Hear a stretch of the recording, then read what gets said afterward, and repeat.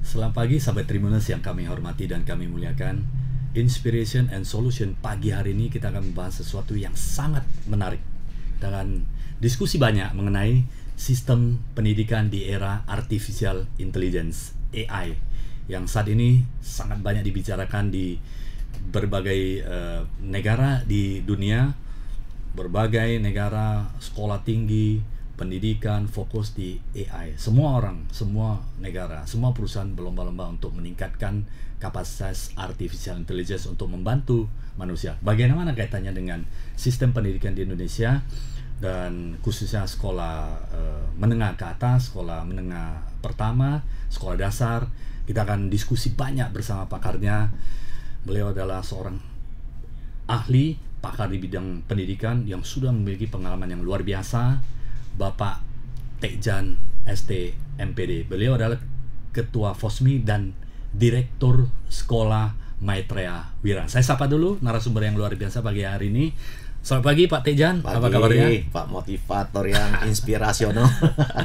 Baik, luar biasa. Thank you ya, sudah di sela-sela sahabat Tribuners saya membutuhkan waktu berbulan-bulan untuk dapat mengundang Pak Tejan di studio untuk sharing di mengenai pendidikan yang luar biasa ini. Dan sekolah Maitreya Wira berkembang sangat luar biasa, dan ini tentunya pasti ada arsitektur, ada konsep, ada value-value yang luar biasa di dalamnya. Tentunya didukung oleh seluruh stakeholder yang bersatu padu untuk membuat menjadi semakin baik, berkembang, tentunya memberikan dampak yang positif bagi masyarakat. Pak Tejan, kalau kita cerita di pendidikan di era yang sekarang lagi banyak dibicarakan, era artificial intelligence, semua everyone bisa sekolah, belajar di mana-mana saja, bahkan teknologi membantu sangat. Nah ini sedikit diskusi tentang sistem pendidikan saat ini. Nah sebelum sampai di sana, Pak Tejan, silakan diskusi atau sharing sedikit mengenai FOSMI dan sekolah Maitreya Wira. Kebetulan Bapak adalah direkturnya. Silakan Pak. Oke, jadi FOSMI itu singkatan dari Forum Sekolah Maitreya Indonesia ya. Kita singkat jadi FOSMI. Itu kita memiliki 28 sekolah di seluruh pelosok Indonesia. Itu sekolah-sekolah umum lah ya. Kemudian kita juga selain 28 sekolah umum itu, kita juga punya 2 sekolah perguruan tinggi lah ya. Satu yaitu Universitas Universal di Batam yang kita sering sebut dengan UFIRST, dan satu lagi adalah Sekolah Tinggi Agama Buddha yang di Pekanbaru, Sekolah STAB Maitreya Wira gitu. Nah, itu gambaran dari FOSMI ya. Jadi untuk kita menyeragamkan visi misi dari sekolah kita, karena ya sekolah itu kalau kita mau bertumbuh dengan baik ya, tentunya kita harus menawarkan sebuah sistem pendidikan yang baik, dan sistem pendidikan yang baik juga harus ditopang oleh manajemen yang baik ya, visi misi yang jelas, kinerja yang jelas, rekrutmen SDM yang jelas, yang efektif dan sebagainya lah ya, gitu Pak. Luar biasa. Nah Pak Tejan, kalau kita melihat bahwa sekolah Maitreya Wira di Medan ini berkembang sangat pesat sekali, bahkan sudah gedung yang kedua ya. Iya, betul. Ini bagaimana bisa berkembang sangat baik sekali ya, tentunya ini tidaklah mudah ya Pak Tejan. Betul. Ada kerja keras seluruh stakeholder, tim, dan dukungan dari seluruh stakeholder termasuk yayasan, pembina, guru, seluruh peran siswa yang sudah menjadi alumni di sana juga berperan sangat penting untuk menyelesaikan sebuah sekolah. Bagaimana perjalanan ini bisa sampai sekarang siswanya sudah belasan ribu ya, Pak? Ya, belum belasan ribu. Ya. Kan sebenarnya kita kalau yang di Medan kan posisinya kita baru memasuki tahun yang ke-11. Oh, oke. Ya, tahun ke-11 ya. Jadi kalau kita berbicara mengapa kita mempunyai sebuah pertumbuhan yang cukup signifikan, itu tidak terlepas juga dari teori marketing yang kita mungkin sebut dengan Blue Ocean Trust Strategy ya. Kita harus menawarkan sebuah diferensiasi di dalam bidang pendidikan. Kita melihat bahwa pendidikan itu pada umumnya, saya cerita pada umumnya pendidikan, pada umumnya sekolah, pada umumnya orang tua, punya mindset tentang pendidikan adalah ya kalau sekolah itu anak harus pintar, nilai harus bagus, kalau bisa juara. Dan mereka, saya yakin dan percaya, setiap orang tua di dunia, siapapun, pasti ingin anaknya itu kelak hidupnya sukses. Pasti. Ya, pasti. Kemudian saya selalu katakan pada orang tua di acara parenting, anak kita hidup sukses pasti kita mau, tetapi tidak cukup. Harus juga hidupnya bahagia. Jadi kuncinya dua, sukses dan bahagia. Yeah. Lalu apa hubungannya dengan sistem pendidikan? Mari kita ulas ya. Yeah. Saya pikir setelah mengamatin, ya kita boleh katakan agak sedikit melawan arus. Kenapa? Karena sistem pendidikan pada umumnya, saya cerita pada umumnya tuh sangat mengutamakan atau core value mereka, nilai keutamaan mereka dititik beratkan kepada akademis. Akademis pada nilai. Nilai yang tinggi. Nilai yang tinggi, harus juara, harus ranking. Yeah. Padahal saya selalu katakan pada orang tua, kalau anak kita sekolahnya jago, pintar, ranking, juara, dari TK sampai perguruan tinggi, cum laude, tapi kalau hidupnya tidak sukses, mau nggak? Nah, saya tahu pasti dalam hati mereka bertanya, anak saya pintar, juara, ranking, kenapa tidak sukses? Ini kan pertanyaan yang sukses itu kalau kita mau telaah lebih lanjut, hubungannya dengan akademis, dengan nilai, dengan ranking di sekolah itu kecil. Kenapa kecil? Mari saya akan paparkan beberapa fakta penelitian. Pertama dari Harvard University dan Dale Carnegie Institute ya. Itu mensurvei 1.000 orang bahwa 85% kesuksesan seorang manusia itu adalah dari attitude, dari karakter dia. Nah, kita cerita attitude dan karakter, bukan juara dan ranking. Itu satu. Kedua, kita lihat ada seorang yang namanya Thomas J. Stanley, seorang penulis dan peneliti. Jadi beliau ini melakukan sebuah penelitian di Amerika Serikat. Hampir semua negara bagian Amerika Serikat yang 50 itu dia jelajahi. Dia cari orang-orang sukses, orang-orang tersohor, orang-orang yang hebat gitu. Kemudian melakukan wawancara sambil melakukan penelitian. Kira-kira misalnya itu adalah Pak Sieniet. Beliau datang, Pak Sieniet, Anda adalah orang yang sukses dan diakui masyarakat. Boleh nggak sharing apa key success Anda? Dia catat. 1.001 orang loh dia tanya. Itu semuanya rata-rata udah hartanya entah sekian, mungkin triliunan, mungkin ratusan M lah ya. Dan kemudian dia rekap dari kira-kira 1.000 orang itu direkap. Dan urutan pertama, kira-kira tahu nggak apa urutan pertama kunci sukses mereka? Ini menarik, ini harus cari tahu ini. Yang pertama itu rata-rata mereka mengungkapkan satu poin yang membuat mereka sukses, yaitu integritas atau kejujuran. Nah, nilai ini ya. Kejujuran. First values adalah integritas. Integritas, jujur. Pertanyaan saya adalah, di mana sih kita belajar jujur? Gimana kita mendidik anak kita menjadi pribadi yang jujur? Apa di pelajaran IPS? Apa di pelajaran bahasa Inggris? Apa di mate? Tidak. Nah, ini perlu kita kaji ulang, bahwa pendidikan karakter, pendidikan etika, atau pendidikan yang menyangkut akhlak, membangun akhlak, ini kurang diutamakan di sistem pendidikan kita, Pak. Saya katakan, saya setuju banget dengan orang yang jujur. Pertama itu karena jujur. Kejujuran, ketika kita bisa membranding, personal branding kita adalah seseorang yang jujur, yang tidak neko-neko. Saya cerita, Anda mau buka bisnis, bank berani kasih kredit nggak? Pasti berani. Teman kalau punya can yang bagus, peluang yang bagus, ngajak kita bisnis nggak? Ngajak. Kalau kita buka usaha, kita buka toko, kita buka pabrik, orang berani nggak beli produk sama kita? Berani, karena ini tahu orang nggak neko-neko. Ya, produk A bilang A, kualitas B bilang B. Seperti itu. Itu udah bukti nyata. Yang kedua adalah punya networking. Bisa punya networking karena kita punya pribadi yang ramah, yang hangat, yang bersahabat, yang ringan tangan, suka bantu teman, ya. Nah, itu. Jadi networking kita di mana-mana, se-Indonesia bahkan sedunia. Itu semua adalah kunci-kunci orang sukses. Ya, bekerja keras dan semua yang saya sebutkan nilai-nilai itu tadi.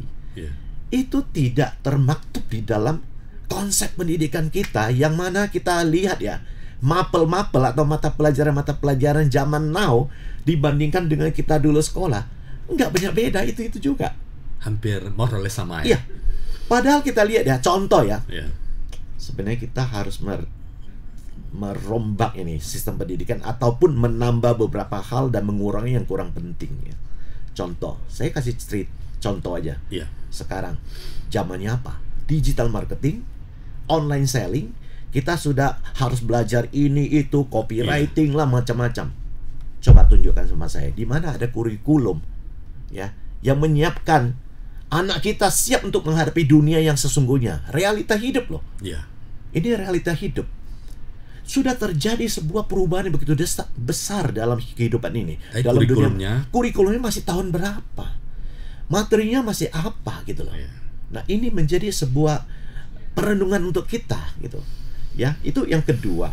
Yang ketiga, oke, nggak percaya juga. Oke, mari kita lihat contoh.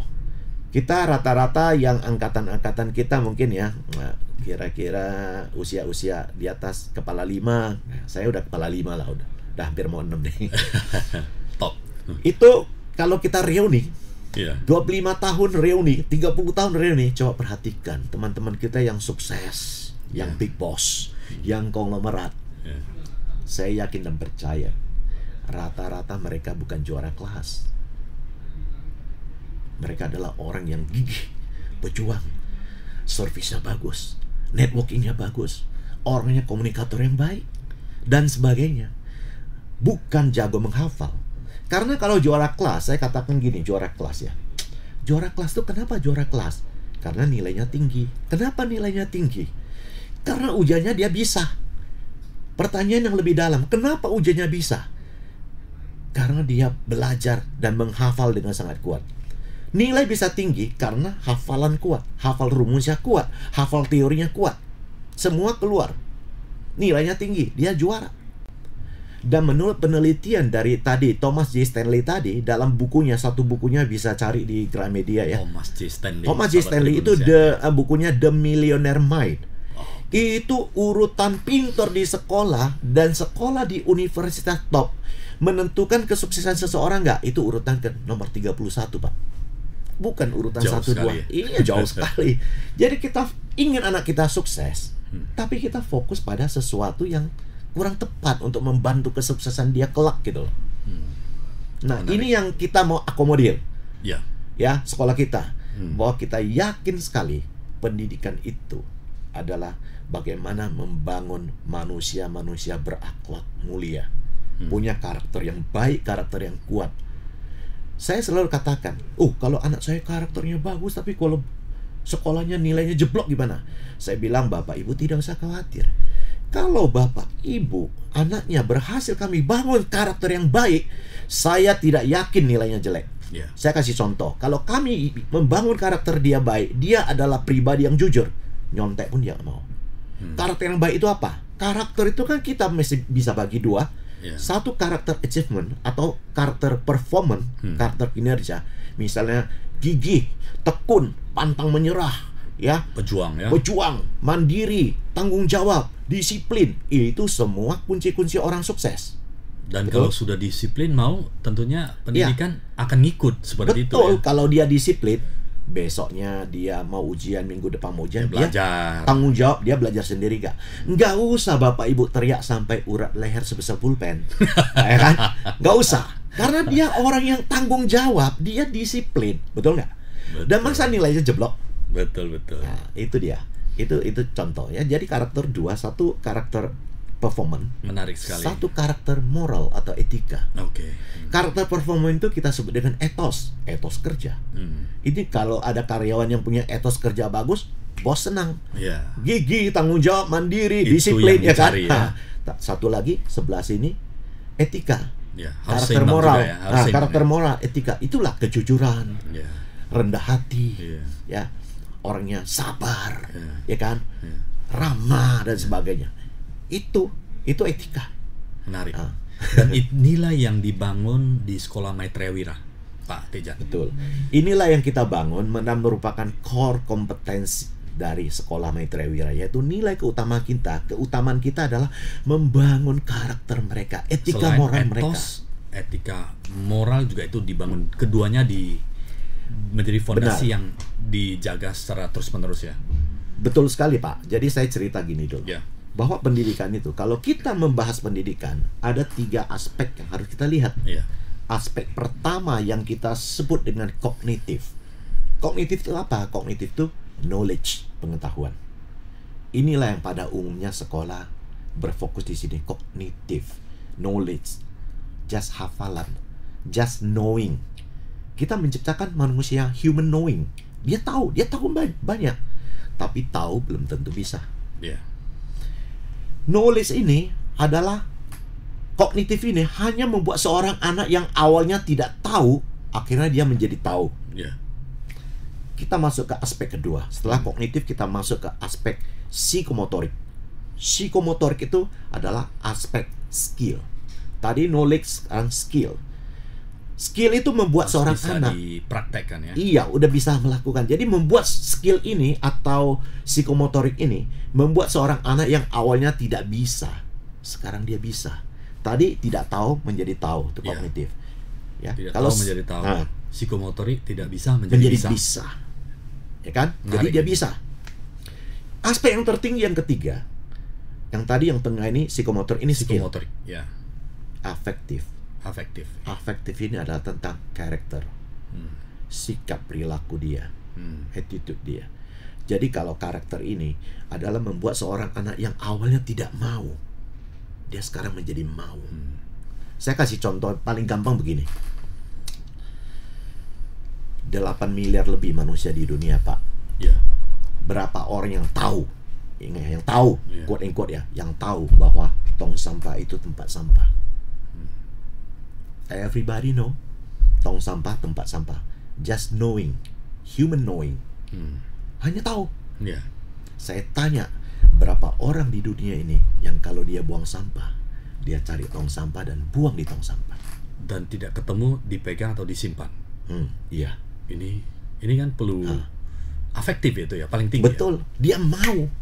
Karena sebenarnya level seorang manusia sukses atau tidak, ya, hebat atau tidak, saya pikirin masalah kemauan. Kemauan bisa hadir karena ada kesadaran. Ya. Ada kesadaran baru kita ada komitmen dan kita mau. Ya. Saya kasih contoh gini lah, gampangnya ya Pak Sian ya. Ya. Saya dulu waktu kecil kita sering dengar pepatah, Ya. kalau ingin anak kita makan ikan, Ya. seumur hidup dia makan ikan, jangan beri dia ikan, betul? Ya. Tapi beri dia Kail. kail atau pancing. Pancing. Bener peribahasa ini. Sampai sekarang masih terdengar seperti itu. Iya, Pasti tapi ya, saya ya. tidak setuju. Ya. Saya kaji-kaji lama loh, saya renungkan ini. Saya tidak setuju. Saya bilang sama orang tua, kalau Anda ingin anak Anda makan ikan, dalam pengertian makan ikan itu bukan benar, bahkan ini sebuah analogi lah ya. Iya. Ya. Kalau Anda ingin anak Anda makan ikan seumur hidup dia, jangan berikan ikan tapi berikan dia pancing. Apakah Bapak Ibu berani garansi dia makan ikan? Saya bilang enggak. Misalnya anak Anda tidak tahu cara mancing, dia tidak makan ikan. Iya. Hanya pancing aja ya. Iya. Dikasih pun satu kontainer pancing, tapi dia tidak tahu bagaimana memancing. Memancingnya dia pakai umpan rumput, mana dapat ikan? Kita harus kasih dia know-how-nya, skill-nya. Itu Harus yang ada training. Kognitifnya penting. Betul. Basic Kita linknya masuk itu ke ya. Basic psikomotorik. Ya. Skill. Tadi kognitif ya, dia cuma tahu ya. Tahu dulu, Oh, iya. sekarang tahu kalau bisa mau makan dipraktekkan harus. pancingnya, cara pancing. Iya, skillnya, cara mancing. Ya. Nah, kita psikomotorik, ajarin dia, training dia. Dia punya skill memancing. Saya tanya pertanyaan kedua, Bapak Ibu. Kita ajarin dia skill. Anak Anda makan ikan nggak setiap hari? Sebagian besar jawab, iya makan. Saya bilang, belum tentu. Why? Why? Nah, ini pertanyaan. Walaupun anakmu jago mancing, kalau dia lomba mancing itu juara sejagat raya dia. Ya, tuk dapat. Walaupun dia hebat sekali mancing, belum tentu dia makan ikan. Kenapa? Saya cuma bilang satu kata. Kalau dia tidak mau, Ya. kalau dia asik mau scrolling TikTok TikTok terus. aja, makan ikan nggak? Enggak. Nggak Jadi juga. intinya adalah kemauan number one. Paling tinggi itu ya. Iya. Afektif ya. Nah, kemauan dulu. Jadi pendidikan yang sesungguhnya adalah bagaimana kita membangun, mendidik seorang manusia yang awalnya dia tidak mau, akhirnya dia mau melakukan sesuatu atau perilaku atau tindakan yang memang baik, yang memang bisa mengagungkan, memuliakan diri dia. Seperti gini ya, visi sekolah kita adalah, kalau bahasa Bataknya, Cansien dan Cime. Bukanlah, itu bahasa Mandarin. Cansien dan Cime itu artinya terwujudnya keindahan kodrati manusia. Pendidikan adalah membangun manusia yang indah. Apa arti indah? Saya tidak cerita fisik, Bapak. Bukan cerita fisik. Saya cerita bahwa setiap manusia itu punya benih-benih keindahan dalam diri. Indah itu ketika seseorang murah senyum, ramah, rajin, baik, berbakti, bla bla bla lah ya, tidak melanggar aturan, orangnya disiplin, orangnya tanggung jawab. Indah itu. Saya tidak cerita fisik. Seorang yang sudah tua, kulit sudah keriput pun itu sangat indah. Kita dekat dia pun bisa sangat bahagia, bisa sangat damai, mendengarkan kata-katanya yang bijaksana, begitu wise. Itu indah. Dan saya katakan bahwa setiap manusia pada kodratnya, pada kodrat itu artinya fitrahnya, sudah dari sononya itu indah. Kita punya keindahan itu. Saya buktikan bahwa kita punya keindahan dalam diri. Saya buktikan. Sebelum membuktikan ini, Bapak saya kasih beritahu sebuah pepatah yang sangat indah, mengatakan benda itu dikelompokkan, mengelompokkan diri sesuai jenisnya. Contoh air dengan air, minyak dengan minyak. Iya. Dia akan mengelompokkan sesuai jenisnya. Umumnya. Iya. Iya. Itu sebuah pepatah yang sangat baik. Iya. Jadi kalau kita pada dasarnya indah, otomatis kita suka yang indah-indah. Akan masuk di kelompok. Iya, kita kan ya. cari yang indah-indah. Saya tanya lah Pak Siandia, kalau mau ngajak keluarga pergi piknik, kita cari tempat yang pemandangan yang indah nggak? Atau kita cari, ayo kita piknik besok kemana? Ke tempat pembuangan sampah. Kan enggak kan? Pasti cari yang indah, yang baik. Kalau bapak atau ibu tidak bisa terima, saya tanya, ibu-ibu yang ke pasar, beli tomat, apa sembarangan ambil? Beli tomat cuma 3 biji, satu keranjang tomat dipencet-pencet, dilihat, merahnya harus merata, harus kenyal-kenyal, lembek sih kita mau. Kenapa? Mau milih yang indah. Why? Karena pada dasarnya kita indah. Kita menyukai, menyenangi keindahan. Nah, ini yang harus ditampilkan. Semua orang tuh indah loh. Cuman masalahnya, mau nggak dia menampilkan? Mampu nggak dia menampilkan keindahan itu dalam hidup ini? Dan ini semua berhubungan dengan education, Pak. Dengan tegas saya katakan, education. Sangat menarik sekali, Pak Tejan. Yang paling sulit adalah merubah cara pikir dan membuat mereka menjadi mau. Ini bagaimana caranya, Pak Tejan? Kalau kita lihat bahwa di sekolah-sekolah, ya kan, ada murid-murid berbagai latar belakang, ya. Ada ekonominya bagus, ada ekonominya terbatas, tapi semangatnya tinggi. Ya. Kemudian dari keluarga cara didiknya berbeda, ada keluarga yang ya maybe guru, ada pebisnis, ada yang pekerja keras dan sebagainya. Ini kan berbagai latar belakang dimasukkan di dalam satu kelas dan beberapa kelas menjadi sebuah sekolah. Ya. Tidak mudah untuk menjadikan sebuah konsep yang one for all, satu bisa seragam seperti itu. Betul. Bagaimana kemampuan atau skill yang dibutuhkan seorang guru supaya bisa membuat transforming ini, Pak Tejan? Dimulai dari mana? Apakah gurunya, apakah dari kepala sekolahnya, sehingga membuat environment yang paling tinggi, kognitifnya diberikan, tetapi mereka mau gerak. Tetapi bukan hanya gerak, tapi ada kemauan untuk membuat menjadi konsisten. Ini kan serangkaian proses yang tanggung jawab siapa di dalam sekolah itu, Pak Tejan? Ini menarik ini, Pak. Ini menarik. Saya katakan, sistem pendidikan kita kurang mengadopsi yang namanya multiple intelligence. Ya, setiap anak itu hebat. Jadi sekolah itu kebanyakan itu mengagungkan nilai akademis. Jadi kamu itu, seseorang siswa akan sangat dihargai kalau dia nilainya bagus, dia rankingnya bagus dan dia juara. Terus terang saya katakan, di sekolah Maitreya Wira tidak ada sistem juara, Pak. Tentunya why? Kenapa tidak ada sistem juara? Kita melihat sistem-sistem pendidikan terbaik di dunia, misalnya Finland, itu tidak ada sistem juara. Saya sampaikan bahwa sistem juara ini lebih banyak mudaratnya daripada manfaatnya. Sistem juara inilah yang menciptakan manusia-manusia sekarang yang penuh kegalauan, yang merasa hidupnya belum sukses kalau dia belum mengungguli seseorang atau orang lain. Padahal di atas langit masih ada langit. Kita selalu on the top, number one. Yang number one itu piramida mengerucut, bisa berapa orang sih? Pasti terbatas. Dan hidup kita galau. Iya. Coba bayangkan, jangan seperti seorang anak muda yang di Amerika, yang mungkin gajinya sudah 1 bulan itu gajinya 800 juta. Dia masih berpindah cari pekerjaan atau profesi yang bisa menghasilkan uang lebih banyak. 1 bulan 800 juta.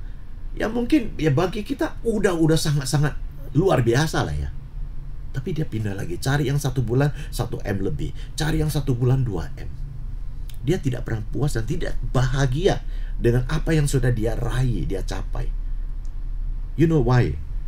Dia merasa gagal dibanding tetangganya. Dia tidak bisa menyayangi tetangganya. Padahal ketika kita lacak, ternyata tetangganya Bill Gates. Jadi kan hidup tak bahagia ya. Iya. Susah. Dia tidak pernah tahu berpuas diri, tidak tahu pernah bersyukur.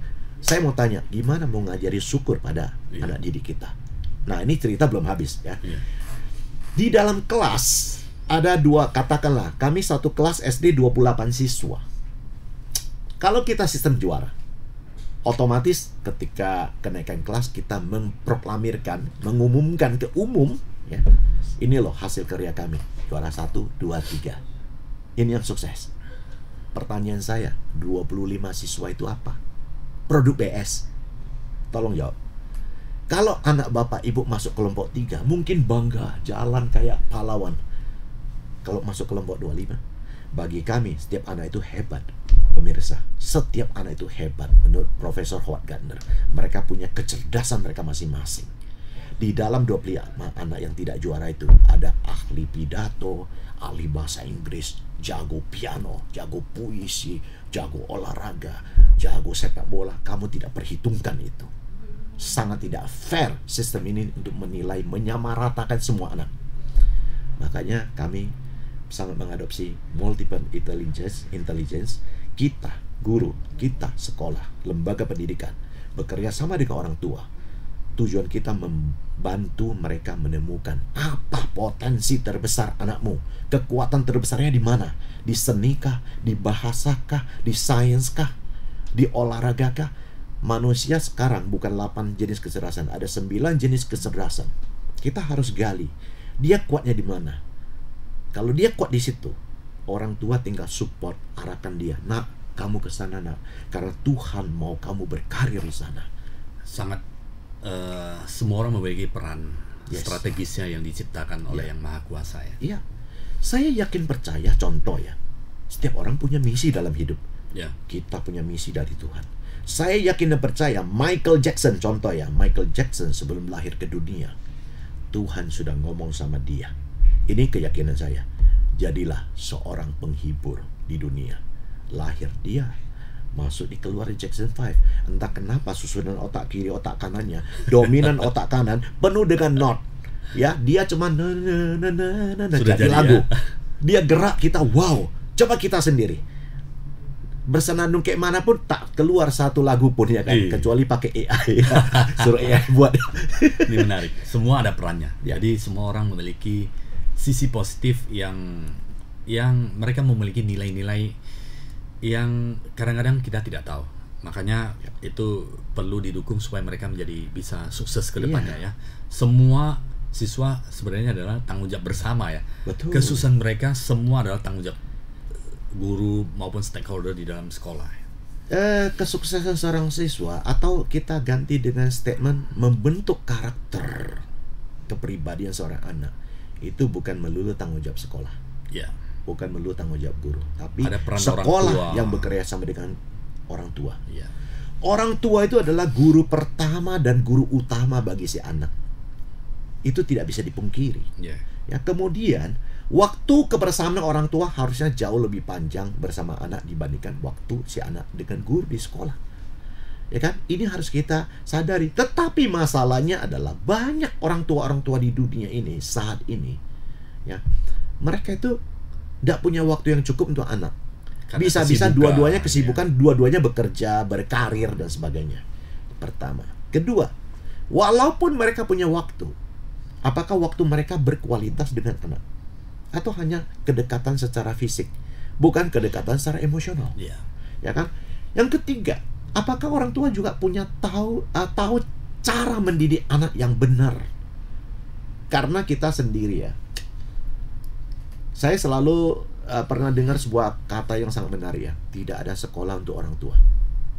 Mau jadi dokter, mau jadi arsitek, yuk sekolah dulu.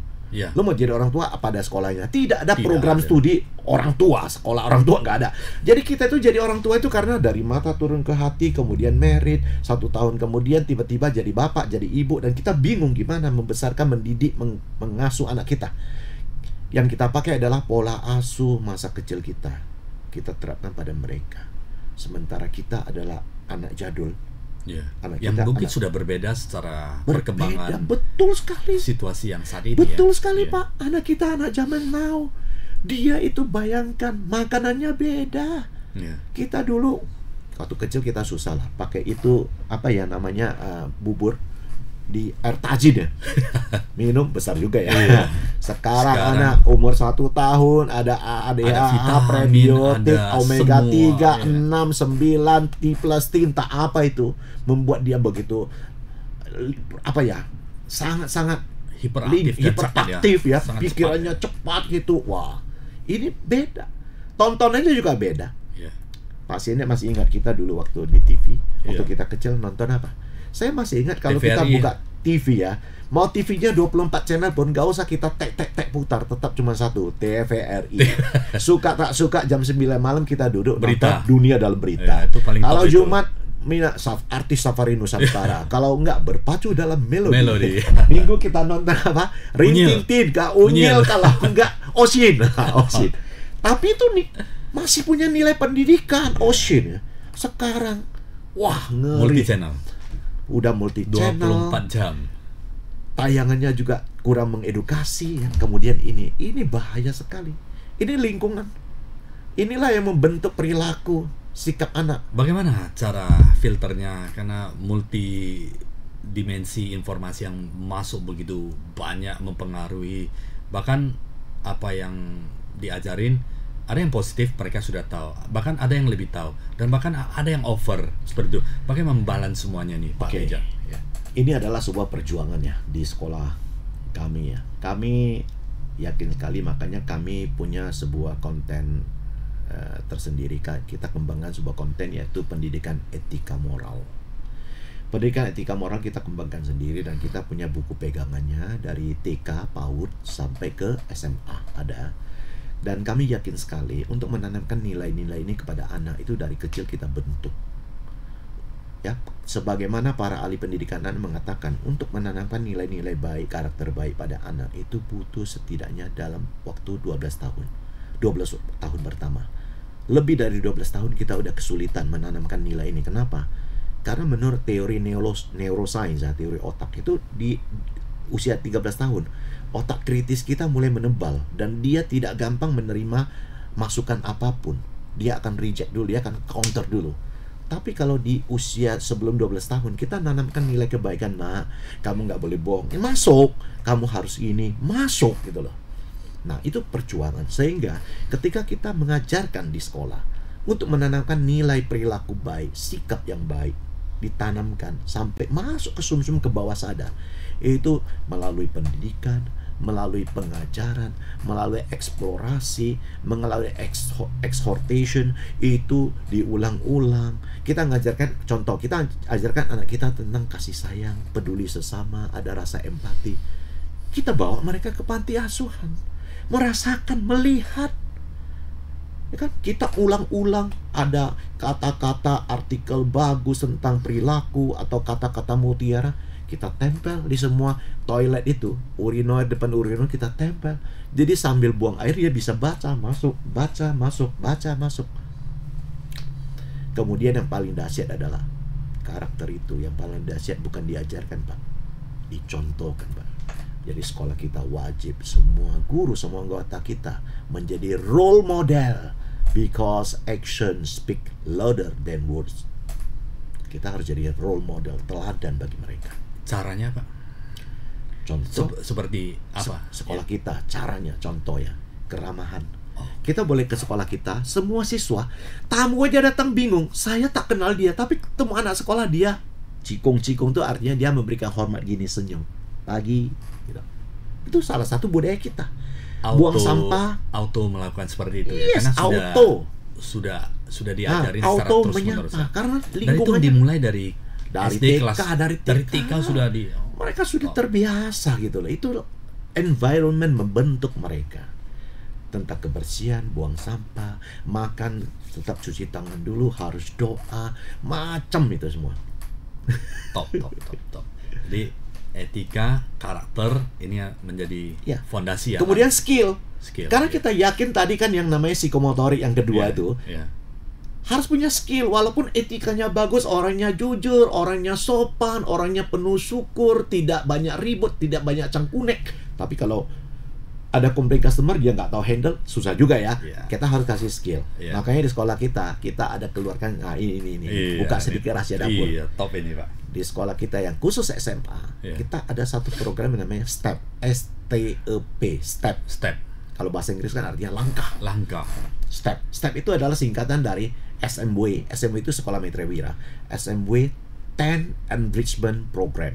10 program enrichment di Maitreya. Apa aja program itu? Itu tidak didapatkan di umumnya sekolah.